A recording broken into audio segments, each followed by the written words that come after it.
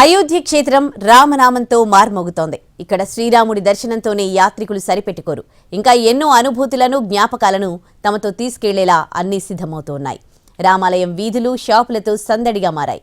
అయోధ్య నగర వీధులపై మరింత సమాచారం మా ప్రతినిధి రాజు అందిస్తారు. అయోధ్య రామ మందిరానికి దర్శనం కోసం వచ్చేటటువంటి వాళ్ళు ఖచ్చితంగా తమ ఇంట్లో అయోధ్యకు వచ్చినందుకు గుర్తుగా పెట్టుకునేందుకు ఎన్నో ఐటమ్స్ కొనుక్కొని వెళ్తుంటారు. ఇప్పుడు రాంపత్లో ఎక్కడ చూసినా సరే మనకు దర్శనమిస్తుంది. ప్రధానంగా అంటే జై శ్రీరామ్ అనేందుకు మనకు ముందుగా కనిపించేది జెండాలు. సో ఆ జెండాలు కనిపిస్తున్నాయి.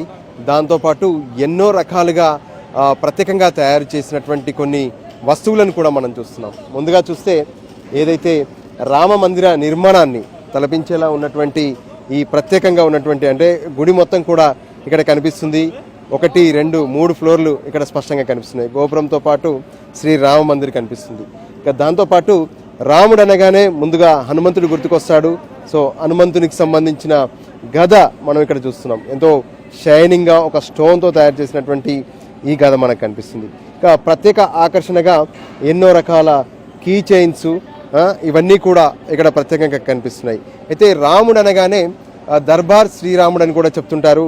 సో దర్బార్లో ఎలా ఉంటారు అంటే సీతారాములు, దాంతోపాటు లక్ష్మణుడు, మరోపక్క హనుమంతుడు కూడా ఈ దర్బార్లో ఉంటారు. ఇది దర్బార్కు సంబంధించినటువంటి విగ్రహం. ఈ విధంగా దర్బార్ విగ్రహం ఉంటుంది. ఇక మరోపక్క విద్యార్థులు కానీ ఎవరైనా సరే ప్రతి ఒక్కరూ తమ వద్ద ఉంచుకునేందుకు ప్రత్యేకంగా శ్రీరాముడికి సంబంధించినటువంటి పెన్, ఈ పెన్ కూడా కొనుక్కొని వెళ్తున్నారు. ప్రత్యేకంగా ఈ పెన్ చూస్తుంటే అంటే పెన్లోనే ఇది మనకు సెట్ అయి కనిపిస్తుంది. సో ఈ విధంగా ఇది పెన్లో ఉండిపోతుంది.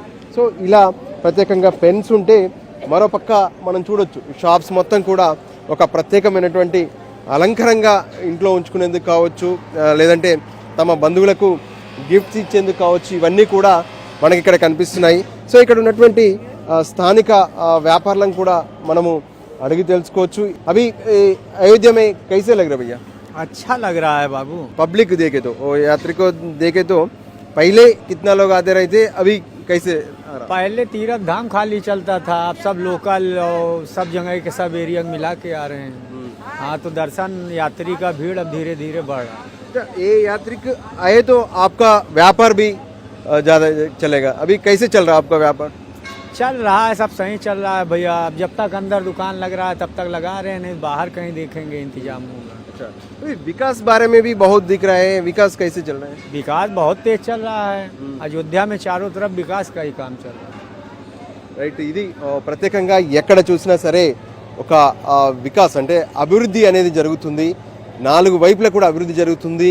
ఏ వాడన చూసినా సరే పని నడుస్తూనే ఉంది. ఏ ఇంట్లో చూసినా సరే పని నడుస్తూనే ఉంది. మందిరానికి సంబంధించినటువంటి వర్క్స్ కూడా జరుగుతూనే ఉన్నాయి. సో ఈ పరిస్థితుల్లో ఖచ్చితంగా ఇక్కడ అయోధ్య మందిరానికి సంబంధించి పూర్తిగా కూడా ఏ విధంగానైతే ఇక్కడ ఉన్నటువంటి వ్యాపారులకు సైతం వ్యాపారం పెద్ద ఎత్తున జరుగుతుందని చెప్పి స్పష్టంగా కనిపిస్తుంది. కెమెరా పర్సన్ సంజీతో కలిసి రాజు, ఎన్టీవీ.